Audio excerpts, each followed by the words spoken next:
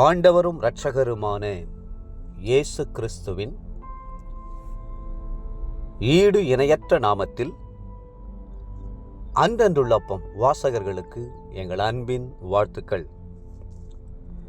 2024 ஆண்டு ஆகஸ்ட் மாதம் 21 தேதி புதன்கிழமைக்குரிய தின தியானம். இன்றைய தலைப்பு பீலேயாமின் கண்களை திறந்தார். என்னாகமம் 22:31 சொல்லுகிறது, அப்பொழுது கர்த்தர் பீலேயாமின் கண்களை திறந்தார். வழியிலே நின்று உருவின பட்டயத்தை தம்முடைய கையிலே பிடித்திருக்கிற கர்த்தருடைய தூதனை அவன் கண்டு தலை குனிந்து முகங்குப்புற விழுந்து பணிந்தான். கர்த்தர் பர்திமேயுவின் கண்களை திறந்தது போலவே இன்றைக்கும் அநேகரின் ஆவிக்குரிய கண்களை திறக்கிறார். கர்த்தர் எப்படி பீலேயாமின் கண்களை திறந்தார்? கர்த்தர் அவருடைய கண்களை திறந்த நாளிலிருந்து கண் திறக்கப்பட்டவன் என்கிற ஒரு புதிய பெயரை தனக்குத்தானே கொடுத்து கொண்டார். என்னாகமம் 24:3. பீலேயாம் என்ற தீர்க்கதரிசியை கூலிக்கு பொருத்தி பாலாக் என்ற ராஜா இஸ்ரவேலை சபிக்கும்படி வற்புறுத்தினான்.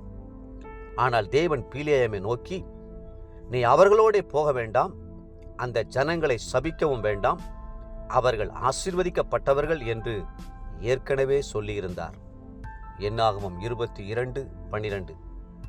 பீலேயாமின் கண்களை கர்த்தர் திறந்தபோது அவர் தன்னை தாழ்த்தி கர்த்தருக்கென்று ஒப்பு கொடுத்தார். கண் திறக்கப்பட்டவன் உரைக்கிறதாவது என்று துவங்கி, யாக்கோபே உன் கூடாரங்களும் இஸ்ரவேலே உன் வாசஸ்தலங்களும் எவ்வளவு அழகானவைகள், அவைகள் பரவி போகிற ஆறுகளைப் போலவும் நதியோரத்திலுள்ள தோட்டங்களைப் போலவும் கர்த்தர் நாட்டின சந்தன மரங்களைப் போலவும் தண்ணீர் அருகே உள்ள கேதுரு விருட்சங்களைப் போலவும் இருக்கிறது என்று அவர் தொடர்ந்து சொல்லுவதை வேதத்தில் பார்க்கிறோம். என்னாகமம் 24 5-6 வசனங்கள். தேவ பிள்ளைகளே, இன்று உங்களுடைய கண்கள் திறக்கப்படுமானால் உருவின பட்டயத்தோடு நிற்கிற தேவ தூதனை காணாமல் கல்வாரி சிலுவையிலே உங்களை நேசித்து உங்களுக்காக இரத்தம் சிந்தி நிற்கிற கிறிஸ்துவை காண்பீர்கள். நம்மேல் வரவேண்டிய ஆக்கினையை அவர் தன்மேல் ஏற்றுக்கொண்டார் அல்லவா? அந்த காட்சியை காண்பீர்களாக.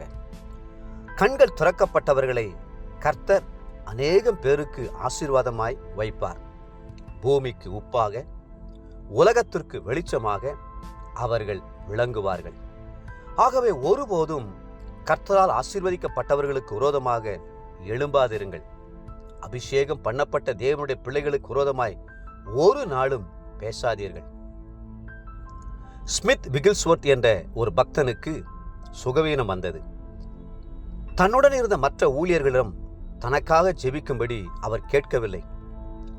பின்பு அவருக்கு இருந்த நோய் அவருடைய மகனுக்கும் பரவியது. மகனுக்காக எவ்வளவோ ஜெபம் பண்ணி பார்த்தார், ஒரு பிரயோஜனமும் இல்லை. அப்பொழுதுதான் கர்த்தர் அவருடைய கண்களை திறந்தார். அவர் தான் கொண்டிருந்த பெருமையை உணர்ந்தார். தன்னுடைய குறைகளை அறிக்கை செய்து ஊழியரிடம் போய் ஜெபிக்குமாறு கேட்டு சேர்ந்து ஜெபித்து தனக்கும் தன் மகனுக்கும் சுகத்தை பெற்றுக்கொண்டார். உங்கள் கண்கள் திறக்கப்பட்டு நீங்கள் பரிசுத்தமாய் நடக்கிறீர்களா? தேவ சித்தத்துக்கு கீழ்ப்படிந்திருக்கிறீர்களா?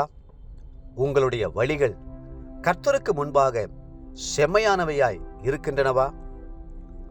தேவ பிள்ளைகளே, நீங்கள் சீர்தூக்கி பார்த்து மீண்டும் உங்கள் வாழ்க்கையை பிரதிஷ்டை செய்யுங்கள். இன்றைய நினைவிற்கு நீதிமொழிகள் 28:13. தன் பாவங்களை மறைக்கிறவன் வாழ்வடைய மாட்டான், அவைகளை அறிக்கை செய்து விட்டுவிடுகிறவனோ இரக்கம் பெறுவான். இன்றைய வேத வாசிப்பு காலை சங்கீதம் 107, 108 மற்றும் 109 சங்கீதங்கள். மாலை 1 கொரிந்தியர் 4 அன்புக்குரிய அன்றன்றுள்ளப்பம் வாசகர்களே, மீண்டும் உங்களை வாழ்த்துகிறோம். உங்கள் கண்கள் திறக்கப்படட்டும். கர்த்தருக்கு முன்பாக பரிசுத்தமாய் வாழ பிரயாசப்படுங்கள். கர்த்தர் தாமே உங்களை ஆசீர்வதித்து மென்மேலும் உயர்த்துவாராக. ஆமென்.